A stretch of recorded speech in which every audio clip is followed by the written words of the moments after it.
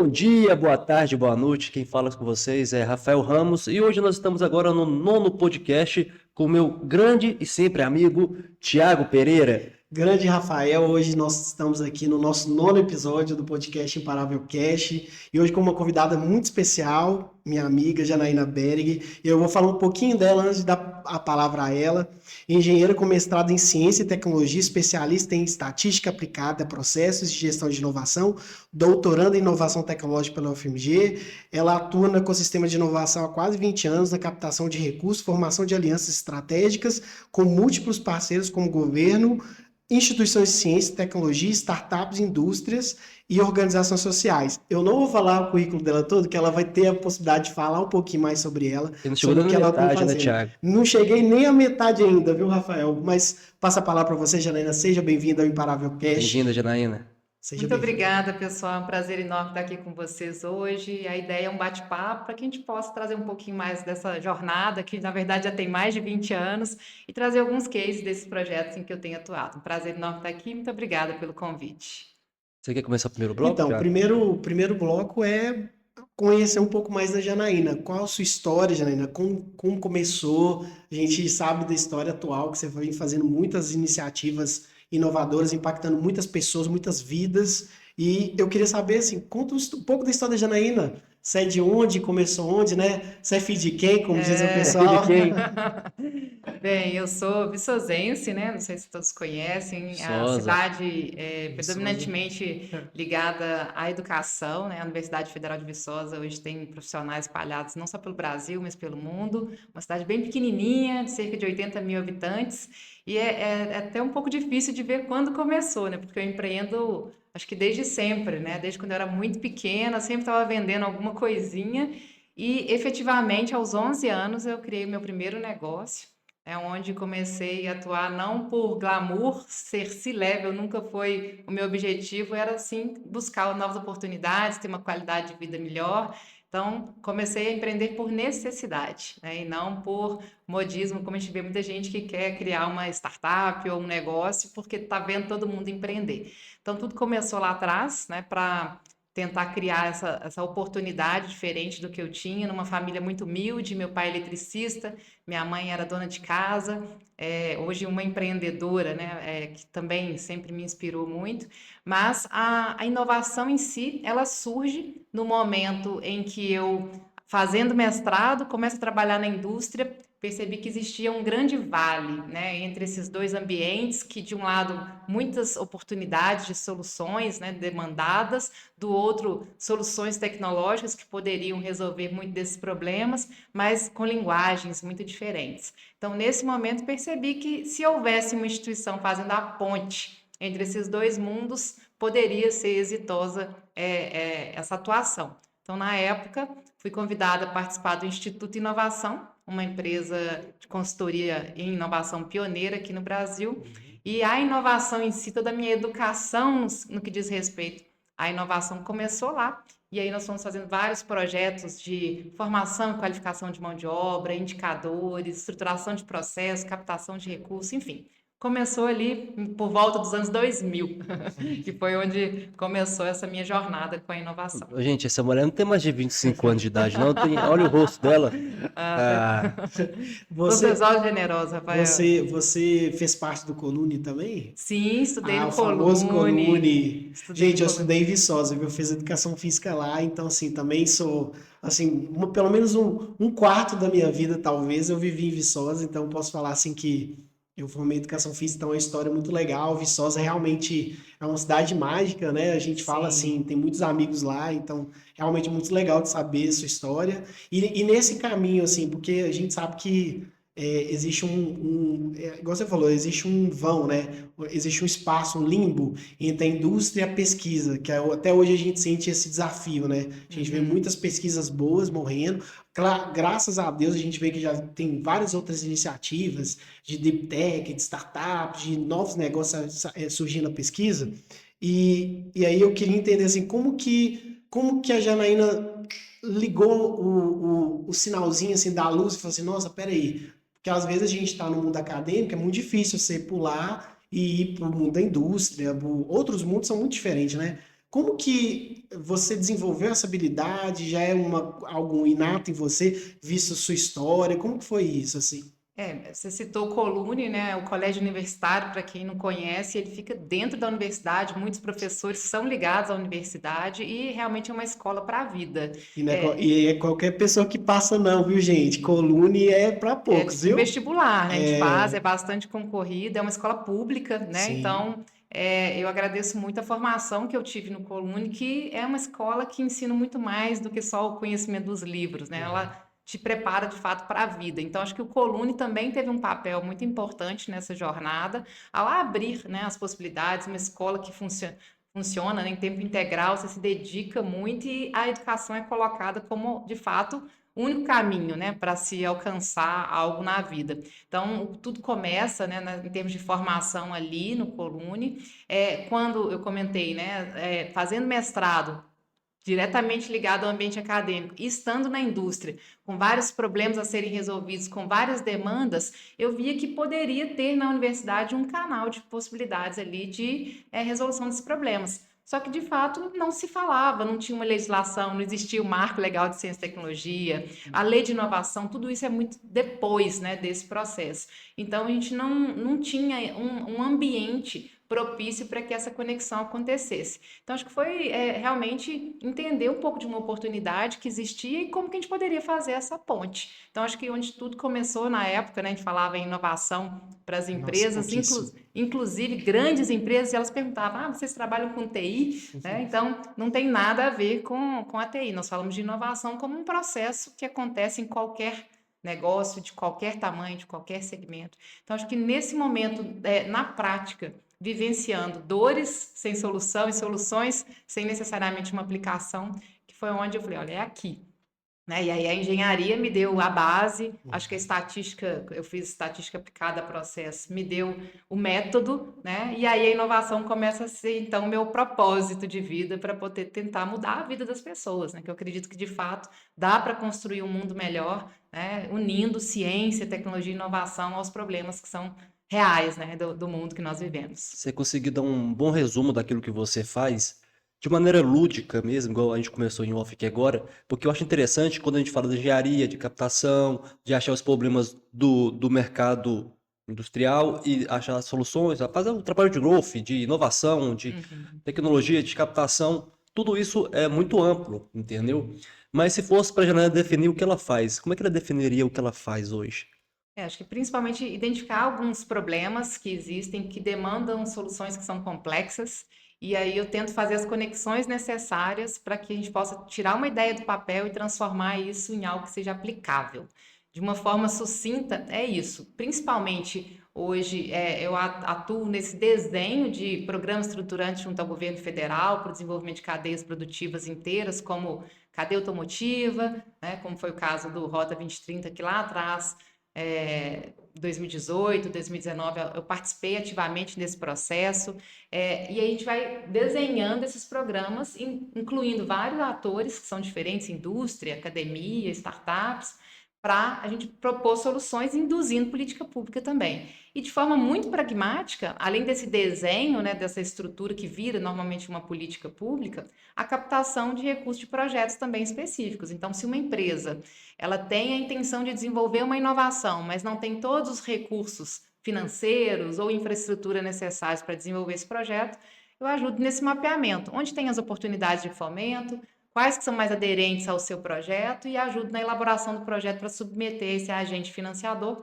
para captar o recurso e financiar esse projeto. Então, de uma forma mais pragmática, né, na estruturação de projetos para captação de recursos, é nessa linha de identificar a fonte, fazer a adequação do projeto, submissão e captar. Tem algum exemplo que você possa falar, que você captou, que você possa falar mesmo, entendeu? Uhum. Você fique à vontade de falar o que você acha interessante, que você fez esse trabalho, que eu acho que talvez você mostrando um exemplo do que foi feito, fique um pouco mais fácil para as pessoas entenderem todo esse trabalho de captação, de gerenciamento, de recursos, para que fique um pouco mais. Você já conseguiu abrir, encapar vários fios encapados no meu cérebro agora, mas eu falo, é tipo aquele resumo final, aquele resumo Sim. 2000 que passava Telecurso sempre, o 2000. Telecurso 2000. Resumo. aquele resumo para falar assim, olha, imagina esse exemplo aqui que aconteceu nessa empresa. Você tem algum exemplo que você possa falar? Então, um exemplo é o próprio Rota 2030, né, um Uhum. programa da cadeia automotiva que desenvolve toda, né, não só as montadoras, mas também as sistemistas, toda a cadeia. Então, foi um programa que começou a ser desenhado em 2018. Nós fizemos a estruturação para que a Fundep pudesse ser uma das coordenadoras. A Fundep é uma fundação de apoio. Uhum. Esse eu posso contar que é um case público, né? Eu tenho Uhum. vários casos de confidencialidade que eu não posso externalizar aqui, mas esse é um caso público. E a partir do momento que a Fundep ela participou desse processo, né, ativamente no desenho das propostas, a gente trouxe a possibilidade das ICTs, das instituições de ciência e tecnologia, serem gestoras de soluções, né, propondo soluções para a cadeia automotiva. Então, hoje nós temos exemplos de mais de 20 instituições que são teoricamente concorrentes que estão trabalhando juntas no desenho de soluções. E aí, só nessa primeira jornada, que já dura 5 anos, né, do Rota 2030, foi algo em torno de R$ 1 bilhão que foi aportado para projetos de inovação. E Incrível. agora, né, o Rota 2030 evoluiu para o programa Mover, Mobilidade Verde, que é um dos programas. Tem também a Plataforma Nacional da Mobilidade Elétrica, né? Tem outros projetos que eu poderia citar, mas eu queria me ater a esse do Rota 2030, que tem gerado resultados bastante positivos, né, para a sociedade como um todo. Inclusive, até um assunto muito interessante, porque assim, o Rafael ele é recente, é porque eu sempre brinco que existe uma bolha da inovação, né? Que às vezes a gente está tanto tempo nela que a gente reconhece os atores, quem está fazendo, quem está, seja em Minas ou no Brasil e etc. E aí o Rafael vem se envolvendo cada vez mais. E aí, como o Rafael tem uma visão muito de mercado, de negócio, é muito interessante ver que às vezes a gente acha que o mundo da inovação ele meio que está cheio, mas não tá. Tem muita coisa para fazer e assim, e todas as vezes que eu vejo quando você fala, eu queria até que você desse uma visão sua, talvez de além do seu propósito, né, do que te move, Aham. que eu acho que a gente já começou a entender, eu queria que você falasse assim, como que você vê o mundo da inovação daqui para frente, assim, porque às vezes tem gente que fala que o mundo da inovação tá travado, que já tá, tem muita gente, e na minha visão, eu acho que tem muito espaço ainda para crescer. Eu queria que você falasse um pouquinho sobre sua visão, assim, como um Sim. todo. Não, eu acho que o céu é o limite. A inovação, mais do que, né, a gente não fala mais em processos de inovação, ela passa a ser algo constituinte, né, do DNA da empresa, da instituição, dos governos, da vida das pessoas. Então, eu acho que é algo que veio para ficar não como um fim em si, mas como um caminho, né, não é um destino, é um caminho a ser trilhado para que a gente possa evoluir como humanidade, como empresa, como sociedade. Então, eu acredito que a gente tem um longo caminho, todos devem ser envolvidos. Eu costumo dizer que inovação é para Para todos, todos. cada um atuando em níveis, né, diferentes de contribuição, uns mais como usuários, outros mais como proponentes de soluções, mas a gente tem a inovação como um caminho realmente que deve ser trilhado.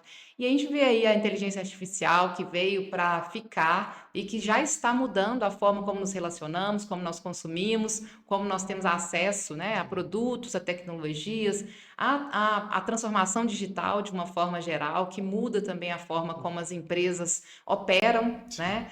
Automatização de processos, cada vez mais a robotização, a gente já está vendo chegando no Brasil aí, robôs que vão substituir pessoas em muitas atividades hoje muito operacionais, né? E por que não? Para que a gente possa se dedicar, então, àquilo que nos é peculiar como seres humanos. Deixa os robôs fazendo aquilo que às vezes pode causar uma lesão na coluna, porque está carregando muito peso, e a gente vai trabalhar na inteligência daquele processo. Então, a transição energética. Então, eu acho que a inovação tem uma longa história. O Brasil está cada vez mais se estruturando em termos de política de Estado, e não só política de governo, né, que muda Sim, a com cada 4 certeza. anos. Então, acho que a gente tem um Importante. longo caminho para beber dessa fonte aí da inovação. Resumindo aqui, me corrija se eu estiver errado, Janaína. A Janaína tem uma empresa que ela intermedia entre o governo e as empresas privadas para fazer com que as empresas privadas e o governo se ajudem entre si e tragam inovação para a sociedade. Exato. Exato? Exato. Correto? E você acabou de dar esse case da Rota 2030. Rota 2030. E o Thiago fez uma pergunta aqui, que ele sabe que Eu gosto muito de seguir as pautas dele. Mentira, eu Ah, gosto. mentira. Mas, Entre aspas, entre adora. aspas. Apaixonado. Mas ele fez uma pergunta muito interessante gente, entenda o seguinte, a Janaína é uma pessoa que ela tem muitas coisas que ela não pode falar pra gente, é fechado. Então pode ser muitas perguntas que ela fala assim, eu não posso responder, entendeu? Sim. Mas essa pergunta eu acho que seria interessante. A gente quer saber como é que é o bastidor dentro desse mundo, entendeu? Entre as empresas privadas, o governo. O governo hoje, ele auxilia mais ou ele atrapalha mais? Você vê que as empresas, essas grandes fintechs, as grandes empresas, elas estão mais voltadas para o corporativismo capitalista ou está mais aquela coisa social mesmo? Como é que você vê isso, Janaína? Então, eu acredito que para que a gente possa evoluir como nação, né, é uma questão de soberania nacional, a maioria dos países que se desenvolveram não é ou, é e. Uhum. É governo junto com a empresa, é recurso público com recurso privado, é indução de política pública com a participação do empresariado. Então, eu acredito muito nesse consórcio colaborativo, onde todos os atores são importantes para a constituição de uma política que vai contribuir para o desenvolvimento econômico. Eu poderia dizer, né, de uma forma lúdica, como você sugeriu, é como se fosse montar um grande quebra-cabeças. Então, a gente tem ali várias peças que são fundamentais. Se faltar uma peça, o quebra-cabeça vai ficar incompleto. E cada uma tem que ser colocada no momento oportuno, para que esse quebra-cabeça seja montado de forma que ele permita que você identifique aquela imagem. Então, acho que a gente tem que entender quais são as dores, as expectativas, qual que é a intenção daquela instituição de participar da constituição desse programa, desse projeto. Então, acho que no momento em que a gente entende, ouve, né? A gente tem que ser um bom ouvinte também nesse processo para que a gente possa propor soluções assertivas e vai encaixando essas peças para que todos se sintam atendidos em termos de expectativa. E aí o governo ele é um agente indutor desse processo. Ele não é o grande protagonista, mas ele tem que entender quais são as dores do empresariado, das startups, o que precisa ser melhorado na academia, por exemplo, em termos de formação de mão de obra, para aportar recursos. Então, ele, como esse grande articulador, precisa ser também um bom ouvinte. Então, acho que o papel, né, desse bastidor aí quanto mais atores entenderem, eu falo que forem bilíngues, né, no sentido de entender a linguagem acadêmica, a linguagem empresarial, até trilíngue, né? Poliglota quase. A linguagem empresarial, acadêmica e a do governo, acho que a possibilidade de a gente ser assertivo e alcançar sucesso é maior. Inclusive, eu ia falar, são 1.000 peças, 2.000 peças, viu? Que é um quebra-cabeça de 1.000 peças, de 2.000 Alguns peças. até mais, né? De vez em quando some uma pecinha, você procura e fica procurando. Complexo. Ainda mais que eu ajudei a montar um quebra-cabeça de 1.000 peças, não é brincadeira, então É uma muito analogia complexo. boa que eu Mas é adoro montar literal isso, quebra-cabeça. Não, é literal, cara. É porque são vários relacionamentos, várias pessoas assim, eu sou meio sonhador, assim, nisso eu acho que a gente precisa começar eu uso sempre uma frase, a gente precisa transcender certas coisas, para a gente poder olhar como humanidade e falar, gente, nós precisamos fazer isso, que aí provavelmente a gente vai ter uma próxima pauta de questões energéticas, né? Que é Sim. uma das necessidades. Inclusive, eu tive o prazer de ano passado participar de um evento que compartilharam num grupo fechado, que é do Peter Diamond, que é eu esqueci o nome do evento. Eu sei que é um evento que ele fala do futuro, que acho que é 360 Abundância. Tipo assim, é um evento sobre abundância 360. E lá eu vi tantas coisas que estão acontecendo que às vezes não chega pra gente, e eu pensei, gente, eu estou inserido no núcleo de inovação e eu não sei disso. Imagina as pessoas que não estão. E aí, até eu passar a bola para o Rafael, mas eu passei na frente, porque eu queria saber de você sobre como que a gente lida com esse desafio. Porque, por exemplo, a nossa última convidada foi a Fernanda Verdolin, ela falou desafio de desenvolvimento de pessoas, o desafio dessas pessoas Aceleração de carreiras. aceleração de carreiras, como que a gente tem que fazer o ser humano se adaptar, né? Porque não tem jeito. A tecnologia está chegando, vão chegar robôs, vão chegar tudo que eu via de ficção científica quando eu era criança, muitas coisas estão acontecendo. Então, como que você vê na visão assim, poxa, de projetos, como que essas pessoas elas vão se encaixar assim na sua visão? Você acha que você daria alguma dica para alguém? Porque, por exemplo, tem muitas pessoas que escutam a gente que tem todo tipo de pessoa, aquela pessoa que já conhece inovação, já sabe o seu trabalho, mas às vezes aquela pessoa também que não sabe, às vezes trabalha com pintura, com algo mais simples. Como que ele pode fazer na sua visão, assim? Eu acho que não dá para a gente fechar os olhos e fingir que nada está acontecendo, né? Eu acho que essa transformação digital, ela veio para ficar e a própria pandemia acelerou esse processo, assim, de uma Correto. forma exponencial. Então, nós precisamos entender o que está chegando de novo, quais são as tecnologias, mesmo que não sejam aquelas pessoas que estão ali no dia a dia lidando com a inovação, precisa entender, né? Eu vejo quando minha avó está lá mexendo no WhatsApp, nas redes sociais e assistindo um filme no streaming, ela está de alguma forma, né, aderindo àquelas novas tecnologias. Então, eu não acredito que a inteligência artificial vai substituir as pessoas, mas vai substituir aquelas pessoas que estão se recusando a usar tecnologia no dia a Correto. dia, né? Então, acho que todas as pessoas podem se beneficiar, por exemplo, do chat GPT, que talvez seja, né, a IA mais acessível, gratuita, 1 milhão de pessoas em 1 hora, né? Por exemplo, quando surgiu os bonequinhos agora recentemente, começaram a usar essa tecnologia. Então, acho que as pessoas têm que estar abertas, né? Tem uma frase do Einstein que eu gosto muito, que é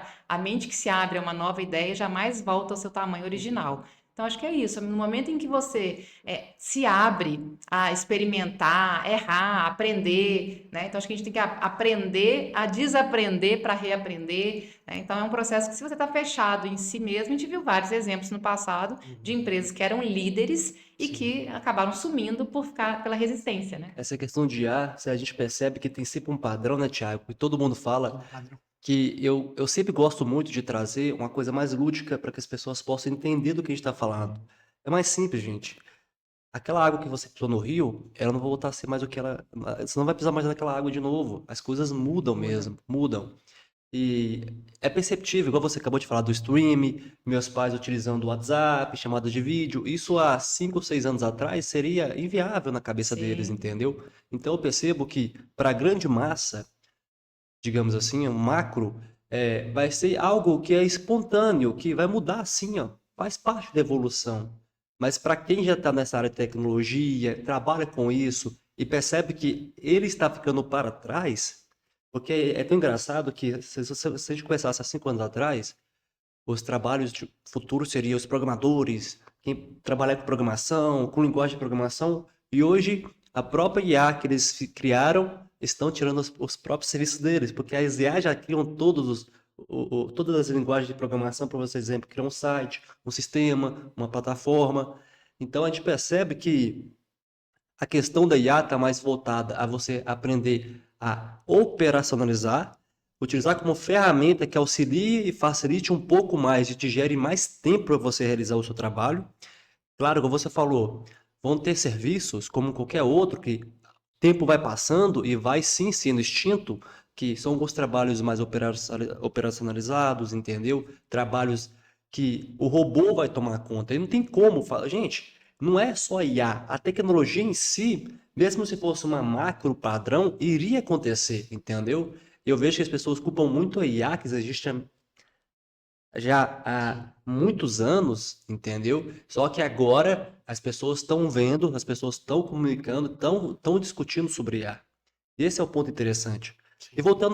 voltando um pouco mais, saindo um pouco desse assunto da IA, e voltando um pouco mais para Era Janaína. Quem é Janaína? A Janaína e as iniciativas dela de captação. Eu fiquei pensando aqui comigo mesmo. Rota 2030. Essa é uma iniciativa do governo, é uma iniciativa privada, são de várias empresas. Como é que isso acontece, entendeu? Como é que isso gera um burbuliço que chama a Janaína faz parte? Eu quero entender o processo disso acontecer, entendeu? não é necessariamente uma receita de bolo, né? Tem Sim, todo um processo de identificação da oportunidade, estar atento ao que está acontecendo, aos movimentos, à curiosidade, à investigação, o estudo. curadoria mesmo. Então, por exemplo, o Rota 2030 ele já era uma política pública que chamava Inovar Alto, que tinha algumas deficiências no processo. Por exemplo, incorporava pouco as universidades, centros de pesquisa, startups nas soluções. Era muita empresa para a própria empresa. E aí aconteceram discussões no Parque Tecnológico de São José dos Campos, lá no governo, em Brasília, os ministérios, né, se juntaram, liderados, né, por uma pessoa que eu admiro muito, inclusive a Margarete Gandini, que é da secretaria do MIDIC, e foi-se então iniciado um processo de redesenho dessa política pública para que ela incorporasse essas melhorias que o Nova Arauto precisava. Então foi uma consonância ali de vários atores que se juntaram, envolvendo a iniciativa privada, que falou: olha, as nossas principais dores são essas, essas e essas que foram priorizadas. Então, quando a gente é convidada a participar, né, e aí Janaína, Fundep e as instituições demais, que são hoje coordenadoras, né, do Rota 2030, o que nós trouxemos foi justamente isso: método, processo, estrutura, né, uma proposta sistematizada, porque tudo isso é um processo sistêmico, né? A gente Sim, precisa entender as dores das empresas, tudo parte do processo básico da inovação. Sim. Entende as dores das empresas, prioriza quais são os principais problemas que precisam ser atacados no curto, médio e longo prazo, buscamos onde estão as soluções, quem são atores proponentes dessas soluções, e aí a gente começa a desenhar todo mundo junto. Então, reuniões às vezes de 30 pessoas, às vezes de 5 pessoas em determinados momentos. Então, é um processo que você pode replicar para outras cadeias produtivas, como foi feito para a cadeia de óleo e gás, né? Como a gente está fazendo agora, a meta para esse ano é desenhar um programa para a mineração, pensando inclusive na vocação de Minas Gerais, né, nesse segmento, e inclusive é o tema do meu doutorado. Como que é possível replicar, porque eu acredito que é replicável com as peculiaridades, né, de cada uma dessas cadeias de valor, mas como que a gente consegue replicar programas estruturantes como esse para outras cadeias, trazendo benefício, que vai gerar novos empregos, vai induzir a formação de mão de obra qualificada, enfim. Então, como eu disse, é um processo que tem ali as peças básicas que vão sendo modularizadas de acordo com Sim, cada e cadeia. normalmente você busca essas iniciativas do setor privado ou o setor público que busca algo, ou sempre é o privado que busca o público para auxiliar? Então, quando a gente vai priorizar, né, a equipe é pequena, então a gente Aham. precisa decidir qual que é a prioridade, a gente começa a entender quais que são as vocações brasileiras, o que são considerados setores estratégicos, onde vão ser aportados recursos significativos, o que está na pauta, né? Por exemplo, o Brasil tem uma política estruturada de inovação que define os investimentos dos próximos anos, né? Estão previstos, por exemplo, algo em torno de 60 bilhões para os próximos 5 anos em investimento em projetos de inovação. Mas que tipo de projeto? Não é todo segmento que vai receber. Então, a gente estuda essa projeção de onde vão vir os recursos, quais são as principais cadeias. Quando a gente pega a cadeia automotiva, por exemplo, o PIB do Brasil é muito impactado pela cadeia automotiva. Então, em termos industriais, né? Não estou falando do agronegócio, mas estou falando assim, das cadeias industriais, a cadeia automotiva tem um impacto significativo. Então, assim como a mineração, por isso a escolha para esse ano desse segmento. Então, a gente vai entendendo a conjuntura, é uma análise econômica, macroeconômica, né, para se chegar naquela cadeia que vai ser trabalhada. Agora, se a gente for falar de projetos especificamente, para trazer o nível de complexidade É um muito pouco grande. menor, né? Sim. Então, por exemplo, uma empresa de qualquer segmento, uma indústria de alimentos que quer desenvolver um novo processo produtivo e ela vai investir 20 milhões, por exemplo, nesse projeto. Ela não precisa necessariamente investir todo o recurso próprio. Então, qual que é o papel da minha empresa? Buscar quais são as oportunidades de fomento existentes, seja subvenção econômica, que é o não reembolsável, ou recurso reembolsável existente, né, com taxas de juros mais baixas do que de Sim. mercado, para ajudar a financiar esses projetos. Então, junta o recurso próprio com o recurso público para viabilizar contratação de mão de obra, compra de equipamento, o desenvolvimento do projeto em si, né, da pesquisa e desenvolvimento. Então, eu fui para um projeto, né, programa que é mais complexo, para um nível de projeto que é mais simples. Aí é a empresa que demanda. Nesse programa que é mais simples, desculpa, você responde se Projeto, quiser, nesse projeto que é mais simples.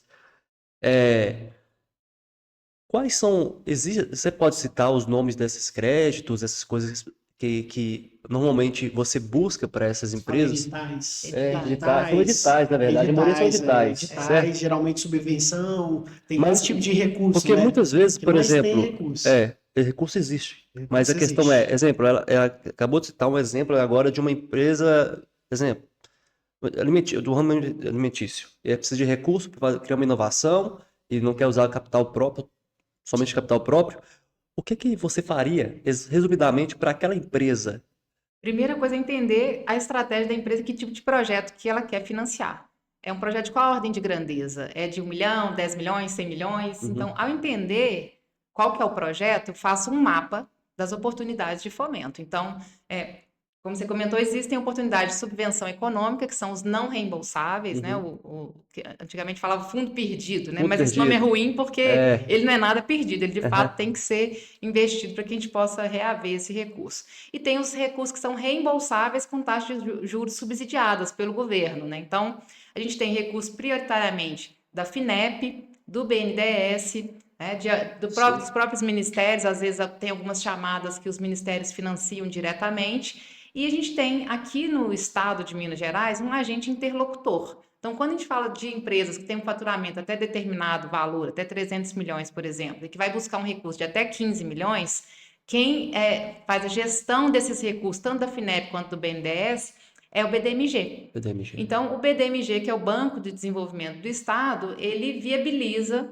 né, o fomento. Então, depois que identificou o projeto, identificamos qual que é a linha de fomento mais aderente, tem também a FAPEMIG, né, que é a Fundação de Amparo à Pesquisa aqui do Estado, a gente vai buscar quais são os formulários que precisam ser preenchidos. E aí a gente vai adequar aquele projeto numa estrutura básica, respondendo a todas as questões do formulário, e fazemos a submissão do projeto. Normalmente esse crédito é abaixo da Selic, não, né? Ou é sempre o Ele está padrão? muito vinculado, Muito vinculado à né? As Selic, né? taxas de juros elas influenciam diretamente, mas o Brasil já teve taxas de 5% ao ano, né? Quando você compara com um capital de giro de 25% de um banco tradicional, ele é Uhum. bem mais acessível. Sim. Só que ele, de fato, está muito relacionado aos indicadores, né, de inflação do É país. porque nós vivemos hoje no país, claro que não entra na questão política, mas na questão mercadológica mesmo, de uma Selic muito alta e que talvez possa atrapalhar ou não o seu projeto, entendeu? Uhum. E, e você falando isso, desculpa, Thiago, eu sei que você tem outras fontes Não, também, só que para eu tranquilo. entender um pouco mais sobre o que a Jana faz, eu tenho que entrar em pequenas explicações que possa começar a lapidar uma coisa que está na minha cabeça, entendeu? Uhum. E você falando sobre isso, e é até uma boa fórmula de você exemplificar o que você faz, que vai ter muitos empresários aqui ouvindo assim, opa, precisa da Janaína também, eu quero que isso aconteça também, Janaína. Por exemplo, o BNDES, ele tem recursos que você só pode utilizar, por exemplo, para maquinário. Ou existe hoje BNDES um recurso para capital de giro separado também, padrão igual qualquer outra empresa, ou ele é mais fechado? Esses recursos são relacionados à inovação. Então, Inovação. tem recursos que são para o desenvolvimento do negócio, para crescimento, mas não necessariamente ligado à inovação. O meu Entendi. foco é especificamente, e principalmente Inovação. FINEP e BNDES, são fontes de recursos para inovação. Então, ele tem, inclusive, parte desse recurso pleiteado que pode ser utilizado como capital de giro, normalmente 20, 30% do valor solicitado, mas ele tem que ter, a base do projeto tem que ser uma inovação tecnológica. Então, Entendi. às vezes, você vai desenvolver a pesquisa e o desenvolvimento, que não precisa ser necessariamente escala de bancada, né? Você pode estar trabalhando já para um produto e para o mercado.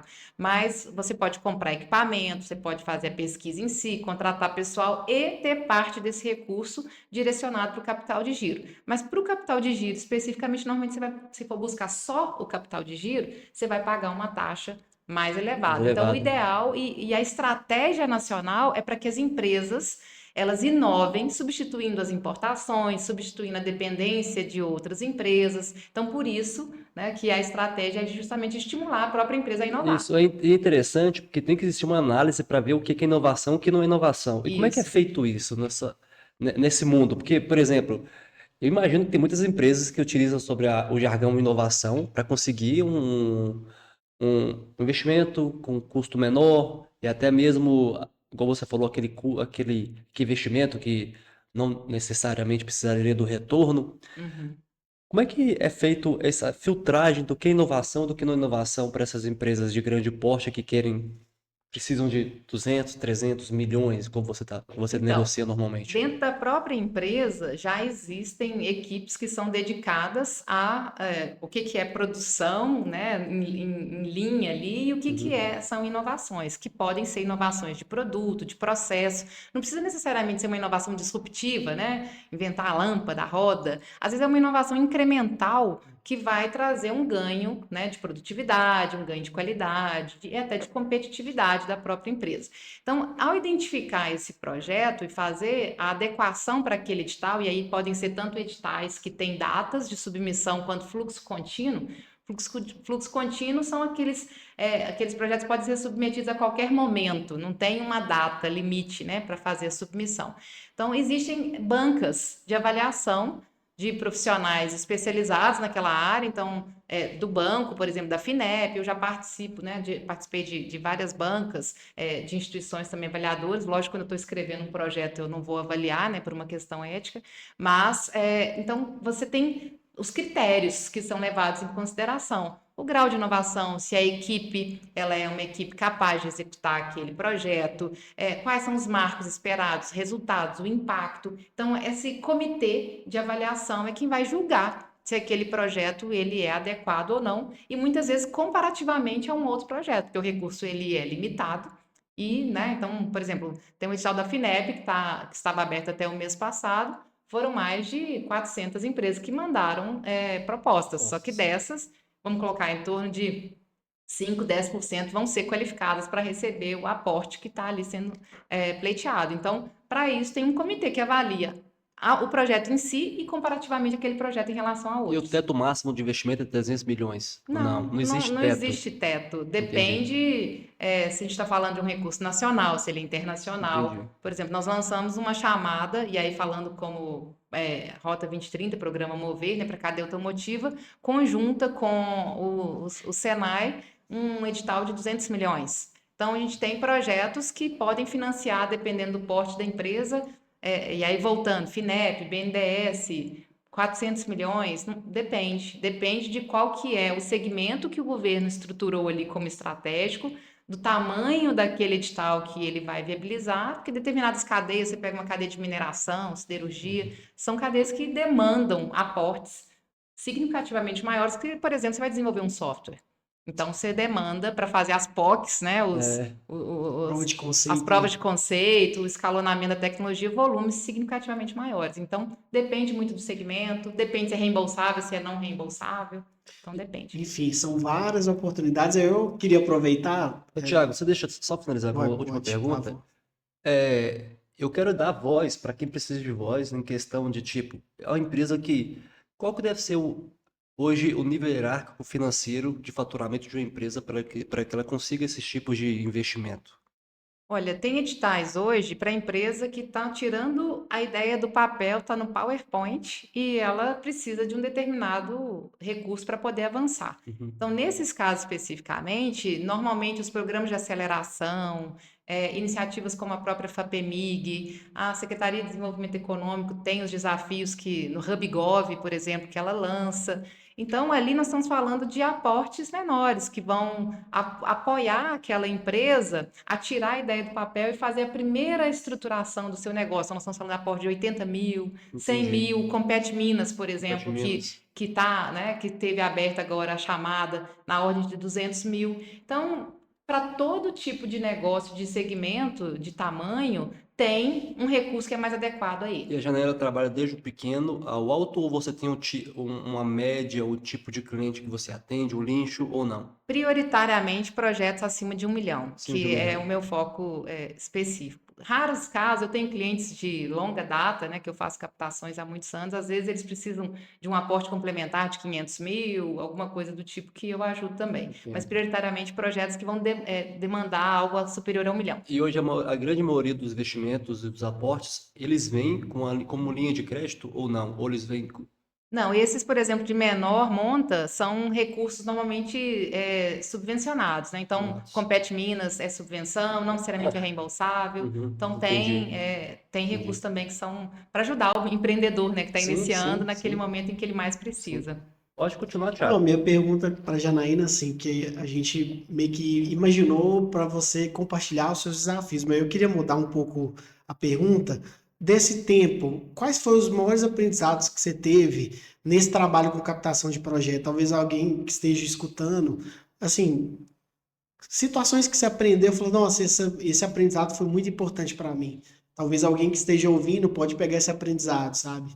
Eu acho que, primeiro que é uma relação de muita confiança e muita responsabilidade, né, sobre aquilo que a gente está trabalhando. Eu vejo hoje pessoas no mercado que trabalham de uma forma muito aventureira, né, assim, ah, não, eu te ajudo a escrever um projeto, aí escreve lá 100 projetos, aprova 2, 3, né, então, acho que primeiro uma responsabilidade muito grande com a expectativa que é gerada em relação àquela demanda, né. Então, acho que um grande aprendizado está em estudar, entender o contexto, entender a conjuntura. Não dá para se aventurar, é um processo sistemático que precisa de entender todo esse contexto para que a gente possa estruturar os projetos. E, às vezes, ler nas entrelinhas, né? Porque não necessariamente as maiores oportunidades elas estão explícitas. Então, a gente precisa buscar oportunidades nas entrelinhas, na legislação atual, para poder construir novas oportunidades e ir trazendo esses atores que vão ser beneficiados direto ou indiretamente para trabalhar juntos na mesa. Então, acho que esse entendimento do contexto, né, talvez tenha sido um dos meus maiores aprendizados nessa jornada. Estudo. A pessoa precisa Estudo, estudar. Ela precisa ter estudo. uma mente de hacker. Todos os dias eu estudo muito. As pessoas falam assim, nossa, mas a minha filha fala, mãe, mas você não para de estudar. Assim, acho que não tem um dia que eu não estude 2, 3 horas por dia, todos os dias. Sim. Então, é o tempo inteiro, é o long life learning, né? Assim, acho que é a vida inteira, o próprio doutorado, né? Isso. Então, depois de mais de 20 anos, o doutorado necessariamente não mudaria a minha remuneração, por exemplo, né? Mas eu quero buscar uma forma científica de pautar aquele conhecimento da prática que foi adquirido. Então, acho que estudar. Você abriu pauta, Janaína, para a questão da mineração, que você quer focar bem na Uhum. mineração agora. O que que você vê de diferencial? O que que você está vendo desse mercado hoje que está fazendo com que o seu olho brilhe nesse momento?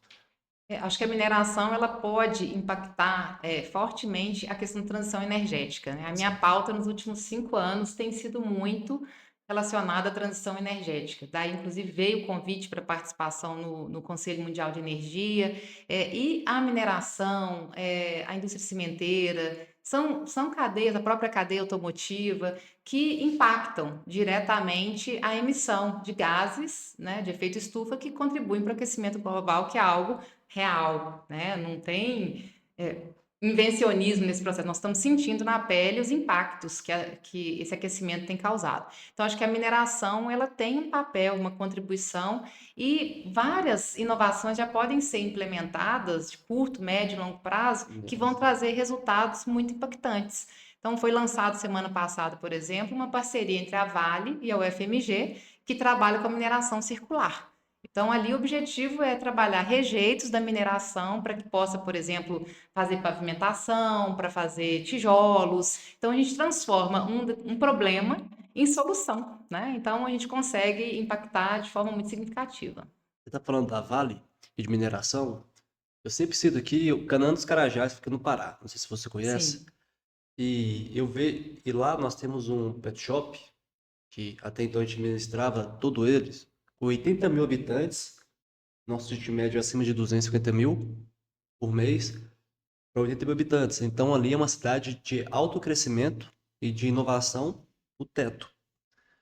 Mas eu vejo também uma cidade que a mineração ela toma muito essa questão que você acabou de falar, da questão do maltrato ao nosso planeta, de aumentar a questão dos gases, essas coisas todas no meio ambiente, que eu não quero citar aqui, que não é nem pertinente da situação. Mas abre muito leque mesmo para a questão da mineração, da sustentabilidade, da inovação. E eu vejo muita inovação mesmo na questão dessa sustentabilidade e da questão também do meio ambiente. E reutilizar as coisas. A renovação é uma coisa muito interessante. E você vê todo esse foco da mineração mais voltado para essa questão da renovação, de pegar todo aquele incremento que sobra da mineração e reutilizá-lo, Esse seria todo o foco seu? Nesse programa especificamente, o Colab, né, que foi lançado na semana passada, vai trabalhar com os rejeitos, né, com os resíduos, para que Uhum. possa gerar. Mas a gente pode trabalhar a mineração trazendo inovação em diversos aspectos, não só a utilização de resíduos. Então, a extração, o uso de água, o tratamento, né, descomissionamento das barragens, então, as tecnologias de monitoramento, tem muitas inovações. E como você disse muito bem, a mineração ela tem um impacto e assim como a transformação digital que está acontecendo, nós não podemos negar o papel que a mineração tem nas nossas vidas. Sim, Então, tudo que a gente está olhando aqui, Tem a basicamente, mineração tem envolvida. algum componente que veio da mineração. Nosso celular, o microfone, o sim. carro, né? Então, Tudo assim, tem tudo componente. tem componente, né? De alguma forma, que vem da mineração.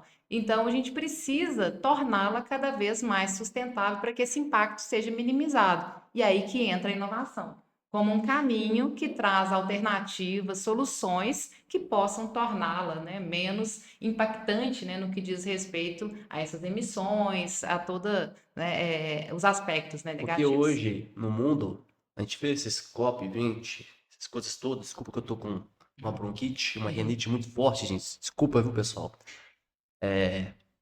Eu vejo que muito de inovação tem a ver com a sustentabilidade, de utilizar aquilo que está sendo gasto e que fica parado e que vire e que não vire uma montanha de rejeito, entendeu? Que ele possa ser reutilizado. Eu vejo muita inovação em cima disso, entendeu? E quando você fala da mineração, eu não consigo ver um outro olhar. Claro que é um olhar meio superficial de uma pessoa ignorante no assunto, mas que eu vejo que quando você bate essas pautas de tipo, nossa, vamos utilizar os rejeitos para fazer asfalto. Eu estou dando um exemplo, tá bom? Isso aqui Uhum. é muito superficial. Uma coisa muito legal, porque você dá à luz aquilo que você faz, entendeu? Você me explicou de maneira muito mais simples aquilo que você faz e gera um valor muito grande para a sociedade, entendeu? E a Janaína, pessoal, como ela já falou, ela gosta muito de fazer o marketing dela, entendeu? Mas é uma mulher que tem anos e anos. Quando falo de inovação, todo mundo conhece você, Janaína. Oh, Todo mundo, todo mundo. E todo mundo tem um grande respeito por você e pela mulher que você é. obrigada.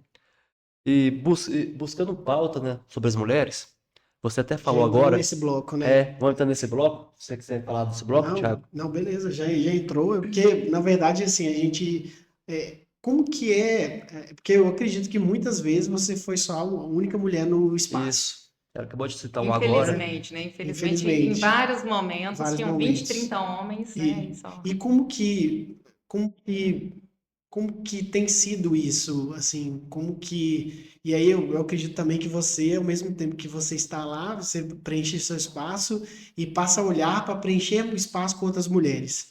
Como que tem sido essa jornada até então solitária? E eu acredito que agora já começa a melhorar e ter mais mulheres nesses espaços para poder falar, para poder trazer força e trazer outros pontos, né, que a gente, na inovação, a gente fala muito de diversidade, inclusão, mas assim, na prática é muito diferente. A gente, agora que a gente está começando a entender e mudando um pouco da teoria. Como que você vê isso? Conta um pouquinho pra gente, assim, para quem está ouvindo, principalmente o público feminino. Eu acho lamentável, né, assim, a gente ter tantas, assim, poucas mulheres, né, representando esses espaços, de fato, não por falta de mulheres competentes, porque tem muitas, eu poderia passar amanhã aqui citando nomes de mulheres competentíssimas nas suas áreas de atuação, que poderiam contribuir muito, mas eu acho que faltam realmente convites. Acho que faltam, toda vez que eu estou num espaço, eu tento levar outras mulheres comigo, para os projetos em que participo, sempre gosto de trazer outras mulheres também. É o famoso, assim, a gente sobe e leva outras conosco, né, para discussão. Então, acho que é importante que a gente tenha, desde conselhos de empresas, em comitês, né? Eu participo de conselhos de algumas instituições também, de ter a representatividade feminina, porque as soluções mais inovadoras, mais assertivas, mais amplas, elas se dão a partir da diversidade. Né? Então, a diversidade ela ajuda na construção de soluções mais completas. Né? Então, é importante que a gente traga para essa mesa de discussão, principalmente pessoas que foram silenciadas e excluídas, né, desse processo, que é onde a gente consegue, de fato, né, ter essa participação. enfim, eu já vi casos, inclusive, de muitas mulheres que são machistas e que acham que não tem que trazer outras, porque ali elas têm o seu papel de destaque naquele Sim, ambiente masculino. tem Eu um já pouco penso o disso. contrário. Acho É, que Tem a um gente tem pouco que. disso. Isso eu acho que acho que é um pouquinho além, acho que é uma coisa humana, sabe? É, A gente sempre gosta de um VIP, é incrível, assim. Isso é é, geral, acho que não é eu, exclusivo, né? eu, você falou uma palavra de representatividade. Eu acho uma palavra tão pequena para a mulher, porque eu já vejo hoje na agência, a grande maioria dos clientes da minha agência são mulheres, uhum, mulheres empreendedoras. E é claro que eu não vivo o mundo, eu não sou mulher, não penso igual as mulheres, e tento o tempo todo entender o que vocês pensam, a forma que vocês pensam, mas eu vejo vocês estão já com tanta força, com tanta independência, e falar que nós temos que ter uma representante mulher. Eu sei que o mundo é muito machista ainda, mas eu vejo tantas mulheres já com força, com foco, igual você, igual todas que vieram aqui, pô, mulheres de Sim. garra. E eu vejo que consegue ter até uma vida financeira mais agregada, consegue sim gerar faturamento com aquilo que ela faz, entendeu? Eu fico assim, pô, será que o mundo ainda tá muito naquele negócio que a mulher precisa da representatividade dela? Ou será que é, ela que não tem as mulheres. Existem mulheres, como existem homens também, que têm força, foco, sabe o que quer e corre atrás, entendeu? Porque quando fala assim, parece que a mulher é como se ela não merecesse estar lá e como fosse uma cota para a mulher. Eu não vejo como uma cota, eu vejo como o contrário, porque eu não acho que tem que ter cota, né? Eu não sou favorável à questão da cota, eu sou favorável à igualdade de oportunidades. sim, Então, por exemplo, você citou que fica tentando entender o que que a mulher pensa. Você não precisa entender. isso, Chama a mulher para a mesa que ela vai ajudar a isso. decidir, sabe? Então, assim, nos conselhos em que eu participo e que, felizmente, eu consegui um espaço de ser ouvida, né? Quando me chamam é porque querem ouvir o que eu estou querendo dizer, né? Assim, as mulheres elas têm a contribuição para dar para muito além do aspecto feminino, Uhum, tecnicamente falando. Então, a gente uhum. quer trazer essa visão holística para a mesa, para a pauta, para a discussão. Então, acho que a curva de aprendizagem, se o homem quiser se transformar numa mulher para poder trazer essa diversidade, é muito menor, né, o resultado obtido do que se trouxer a mulher para a mesa para decidir. Então, acho que é sobre isso, é sobre igualdade de oportunidades, é sobre ter a possibilidade de trazer o nosso olhar, né, com todas as características técnicas, né, que esse olhar vai trazer, e a gente pensar em soluções que vão agregar, né, que É. vão mas, de fato, assim, acho que às vezes, se você considera os conselhos das empresas, o board das empresas, a remuneração, né, dos cargos, inclusive de executivas, muitas vezes são menores, né, do que dos homens. Por quê? Não, é um Né? ponto que eu queria bater, eu até te fazer essa pergunta, porque não é o mundo que a gente vive e a gente enxerga aquilo que é o nosso universo. E a gente Aham. pré-julga as coisas pelo nosso universo. É uma pergunta que eu tenho para te fazer, entendeu? Uhum. Porque, na minha visão superficial, eu não vejo a Janaína tendo que brigar com um outro homem porque o outro homem é melhor. Porque eu acho que o mercado lá fora, ele quer saber quem vai trazer mais resultado para ele, entendeu? Mas ainda existe muito ainda, Janaína, essa questão machista, tem que ser homem, tem que ser isso, tem que ser aquilo mesmo. No Existe, mundo. e assim, talvez hoje você não me veja lutando, porque eu já lutei muito, Sim, né? Já claro, tem claro. 35 anos que eu empreendo, então, mas já É. teve várias situações em rodas em Brasília, né, onde várias pessoas estavam sendo ouvidas e tinha uma roda primeira que era de homens e uma segunda fileira de mulheres sentadas atrás, mas que eram quem estava imputando informações. Sim. Então, por que que tem que ser assim, né? Então, acho que a gente precisa ter esse espaço de escuta, né, de oportunidade, de bater na mesa. O que a gente fala muito assim da possibilidade de ser cortado quando a gente está falando. Às vezes a gente vai falar uma determinada questão, um homem que está sentado à mesa conosco, ele interrompe a nossa fala, e às vezes para dizer aquilo que a gente tinha acabado de dizer numa voz mais alta. E a- Acabando tomando também a questão, que eu acabei de fazer isso aqui agora de novo, tomando a palavra e tomando também o título daquilo que você da falou. ideia, Mas exatamente. eu não queria nem te parar, eu só queria te fazer outra pergunta. Você sente isso mais no setor público ou privado?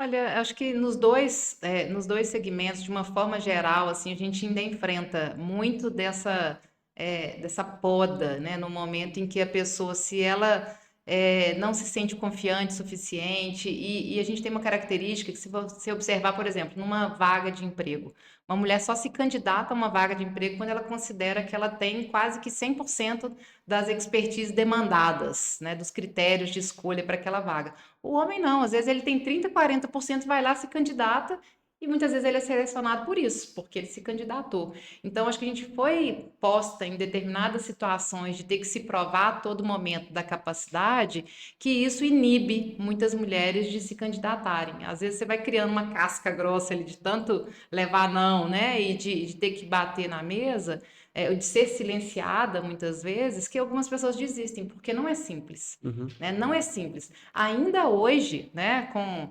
46 anos, empreendendo há mais de 30 anos, mais de 20 anos na inovação, de vez em quando ainda passo por situações em que sou sujeita a assédio, e não só, é assédio de todos os tipos, sexual, moral, né? E as pessoas que querem minar a sua capacidade de executar e que questionam a sua fala, mas depois pegam aquela fala como se fosse dele. Então a gente vivencia situações das mais diversas que é triste, né? Eu tenho um casal de filhos, né? E falo para ambos, né? Respeitem-se.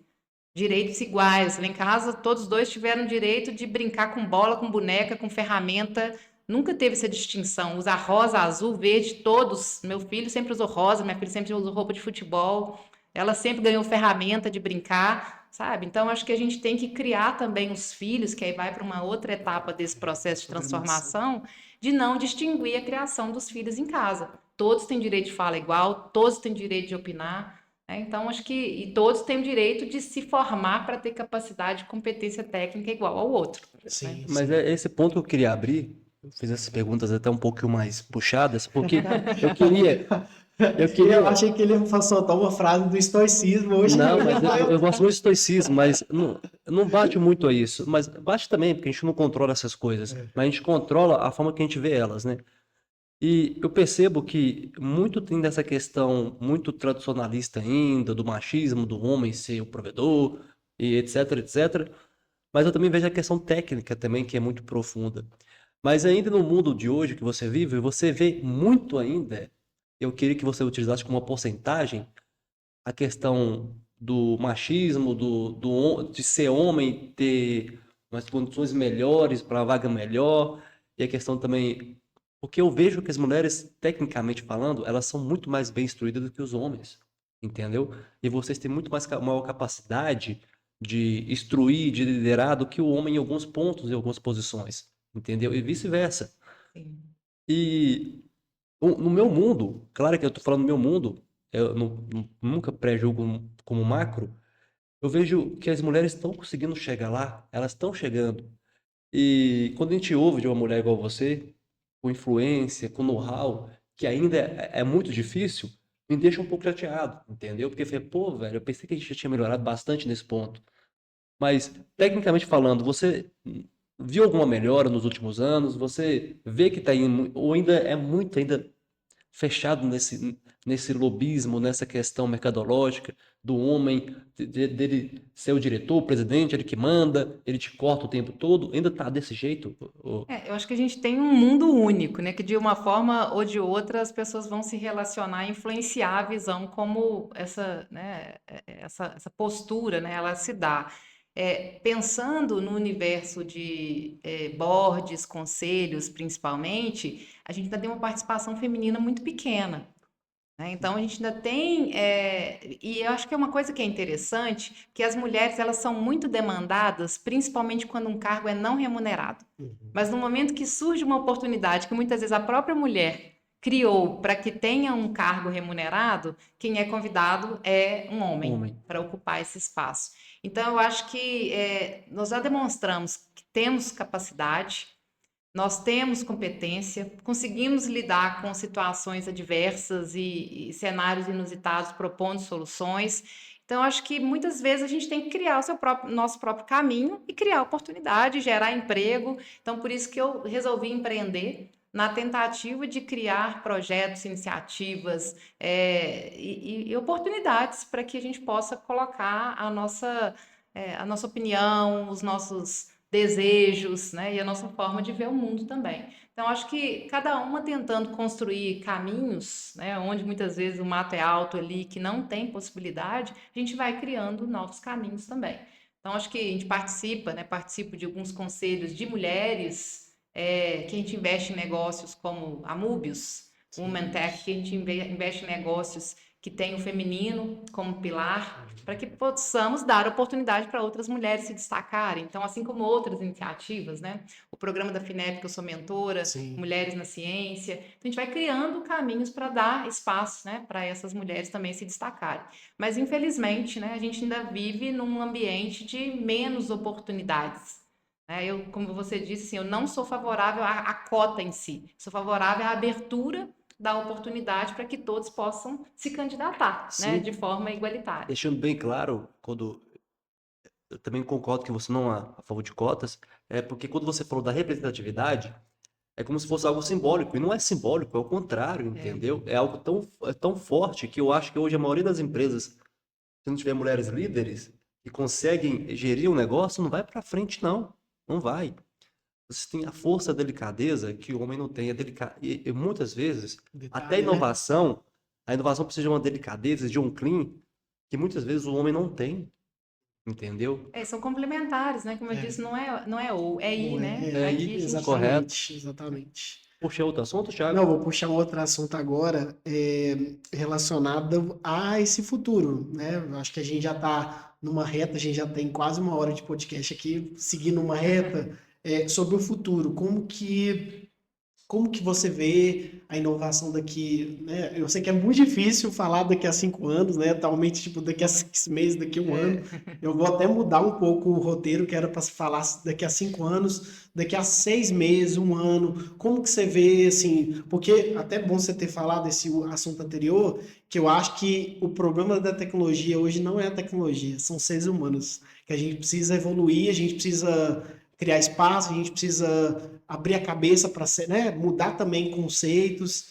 Como que você vê isso daqui a 6 meses, um ano? Como que você vê a inovação no Brasil, fora do Brasil, no mundo como um todo? E aí trazendo assim, já que você vive muito na pele, questão energética, questão da inteligência artificial, uma visão assim de futuro da Janaína, assim, visto tudo, toda a experiência tudo que você tem.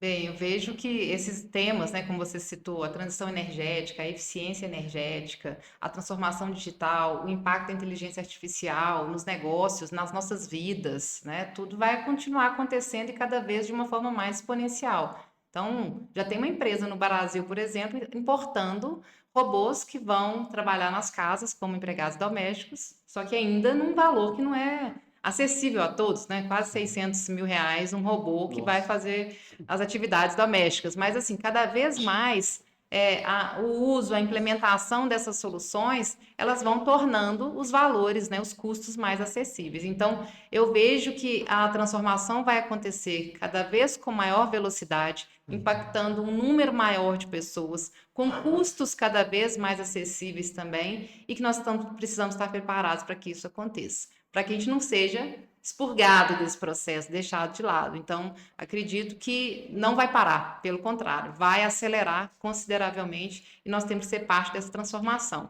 E eu, dentro do meu negócio, eu espero, né, fortemente colaborar com várias empresas que queiram transformar seus negócios, captando recursos. Como eu disse, gente, tem muito recurso na mesa e muitas pessoas acabam não acessando por desconhecimento. E muitos projetos que são submetidos não têm uma qualidade, né, adequada para poder receber esses aportes.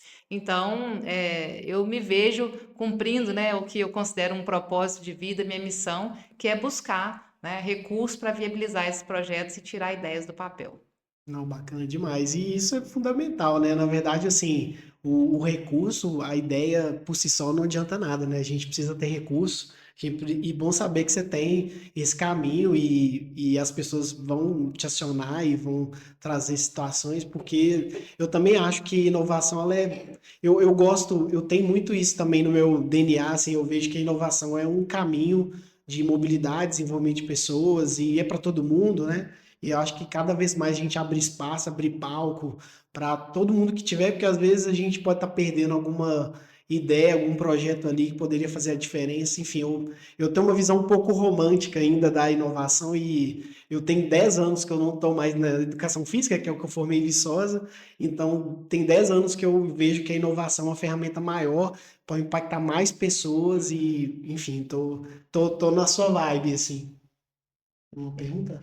Não, não. É interessante você comentar essa questão do ser humano, né? O meu filho mais velho, ele estava conversando que ele tem agora, no meio do ano, que decidir o curso, né? Porque no curso que ele faz, ele primeiro puxa as matérias, depois Puxa, decide o curso. é, E aí ele é, assim, uma pessoa muito boa na parte mais exata, né? Nas Aham, ciências exatas. E eu legal. imaginei que ele fosse fazer alguma engenharia, alguma coisa desse tipo, e ele me disse que está pensando na antropologia. Ah, legal. E antropologia. aí, quando a gente começou a conversar, eu pensei justamente disso. Acho que, de fato, essa pode ser uma grande sacada, porque Muito. num universo tecnológico, o grande diferencial é sermos humanos. É, Então, Seres acho que a gente vai precisar exatamente. entender muito dos impactos, da Muito. implicação De que tem. influenciar pessoas, né? Isso, E não isso. manipular, né? Que Exato, a gente começa a viver isso, a manipulação em altos graus, cada vez pior com a inteligência artificial. Então, acho que nós, os seres humanos, inclusive a própria neuroeconomia, né? A própria economia, sim, ela é inconsciente, né? Ela é feita por ser humano. Então,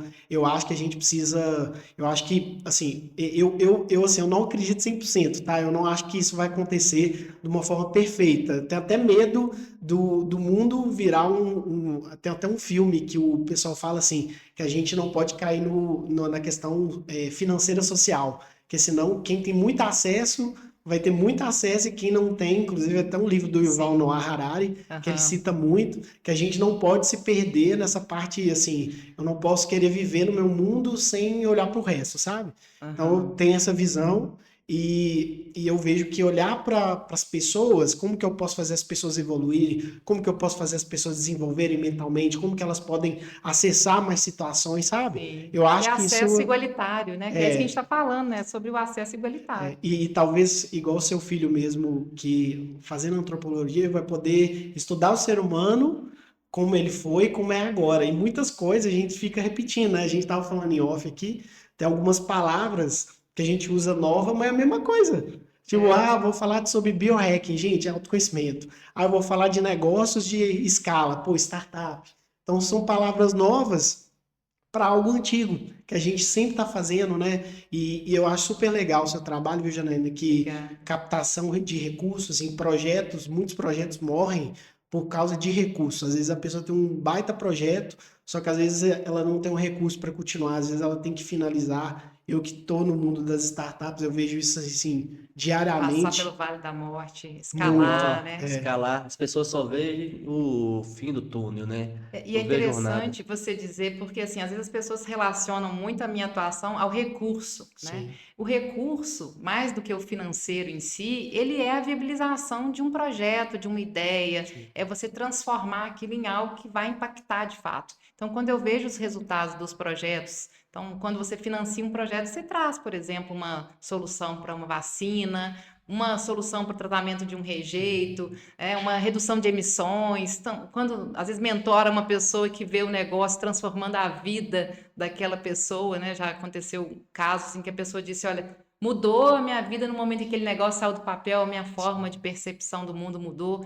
Então, acho que é muito mais do que só o recurso, é você tangibilizar a possibilidade de transformar uma ideia, um projeto em impacto real que muda a vida das pessoas, né, e que pode trazer uma maior qualidade de vida, enfim, é sobre isso, né? Mais até do que o recurso, é sobre transformar, né, a vida das pessoas. Eu ligo muito a parte de inovação em cima da questão que você acabou de falar da geração de oportunidades, tanto na parte de sustentabilidade, economia, crescimento. Quando a gente fala de IA, por exemplo, a IA é uma ferramenta, gente. Uhum. E voltando para aquela questão mercadológica, humana, eu falo com todo mundo, todos os clientes da agência. Gente, a conversão de vendas de uma IA, ela é mínima, sabe por quê?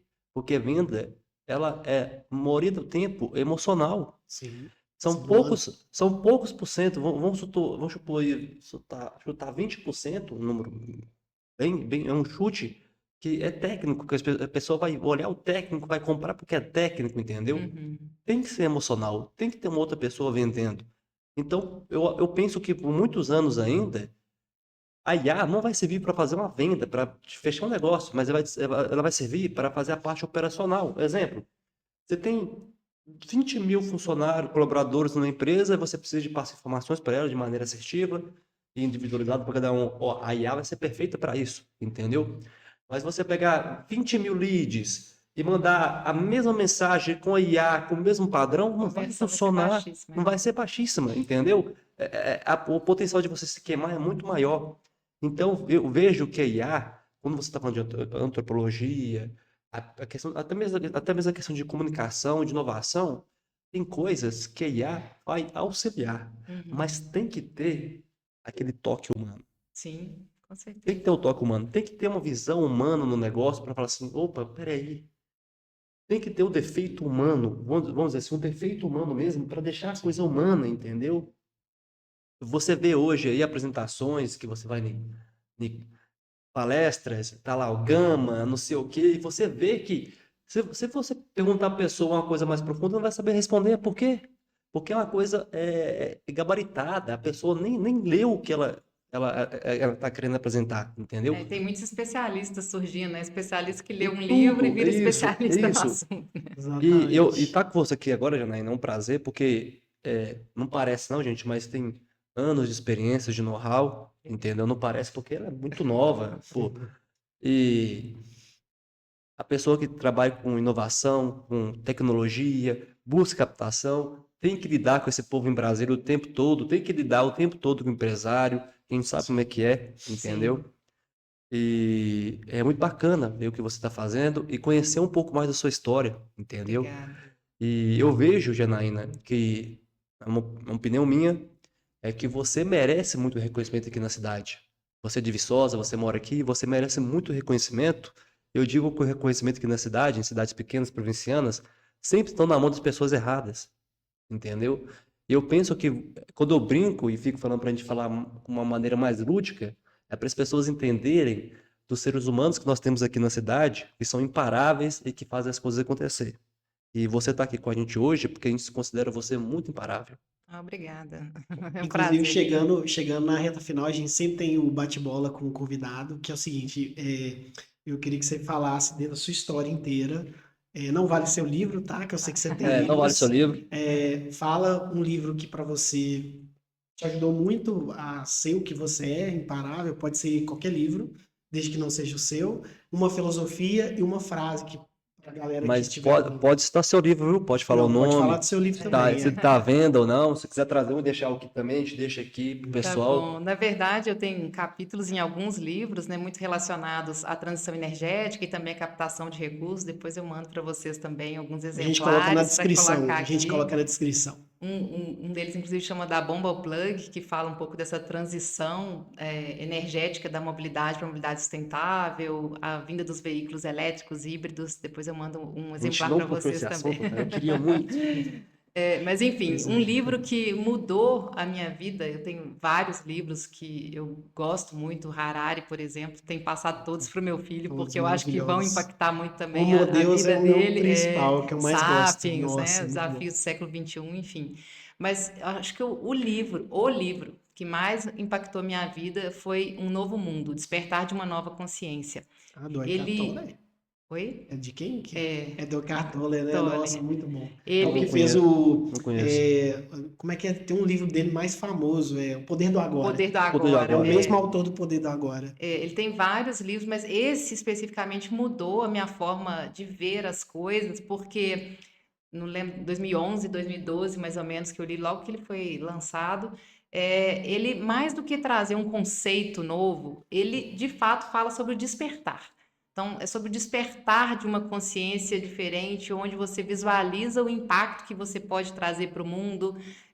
Foi numa época, né, da minha vida ali, dos 30 e poucos anos, entre a consciência do ser e a consciência do ter. Então, ele fala muito sobre o papel e impacto que você pode ter na sua pequenez nesse mundo gigante, mas o quanto que você pode colaborar para a construção de um mundo melhor. Então, por mais que pareça algo muito difícil, né, construir um mundo melhor, eu acho que um pouquinho, cada ação que a gente faz no nosso dia a dia, impactando uma pessoa hoje, mais outra amanhã, a a gente pode, de fato, deixar o mundo melhor do que o que nós recebemos. Então, acho que é sobre isso.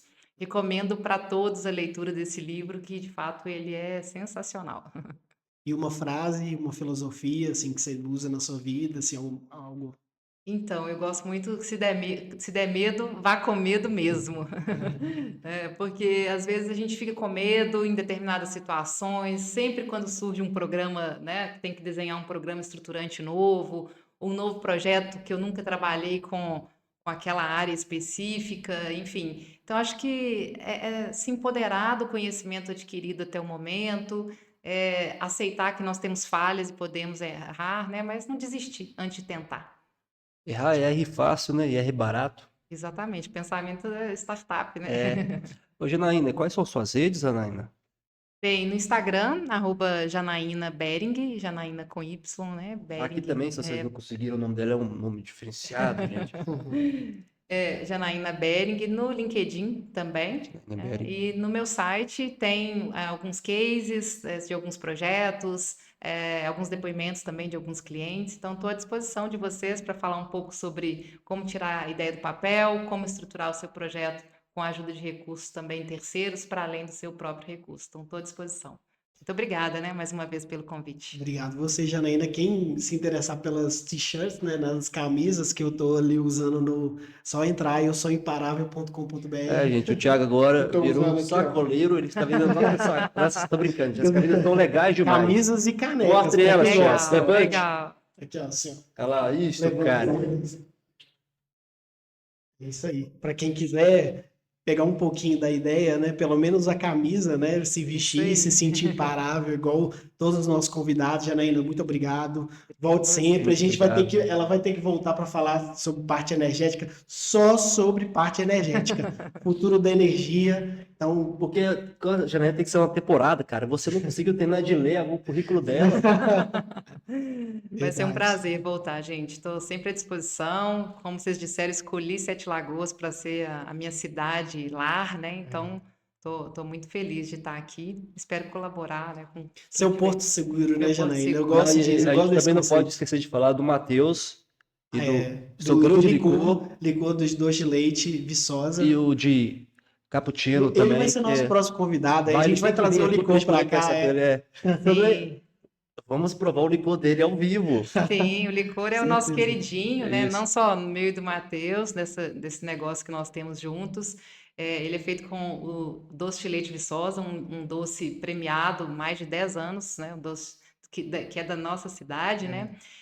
Onde nós nos conhecemos. E o licor já foi premiado em Londres, Nova York também. Pois é. Então tem ganhado o mundo aí, estamos bem felizes com o Já o resultado. próximo os convidados. E Vamos colocar nós os temos, dois, e tem a questão da nanotecnologia também que é utilizada. Tem sim. tecnologia no licor É também. o futuro, né? Ele usa nanotecnologia para manter a homogeneidade da mistura e evitar a separação de fase, que hoje é um dos grandes problemas que a maioria dos concorrentes se enfrentam. Então, a gente traz, né, o Matheus é professor de bebidas da Universidade Federal, então ele é especialista nesse tema e traz essa solução para proporcionar uma experiência única para os clientes, unindo a tradição do doce de leite com a tecnologia para proporcionar essa experiência. Já convidou, já temos o próximo convidado. Ótimo. Já o chamou Ótimo, já. eu gostei muito. Janaína, Gente, obrigado mais uma Obrigada a vez, viu? vocês. Volte sempre, viu? Helena, muito obrigado. Obrigada. Gente, mais uma vez, obrigado. Nós estamos agora finalizando o nosso 9º podcast. Foi um prazer tê-los todos aqui conosco. E fiquem ligados, quarta-feira, no ar, o podcast com Janaína Bering. Obrigado e até a próxima.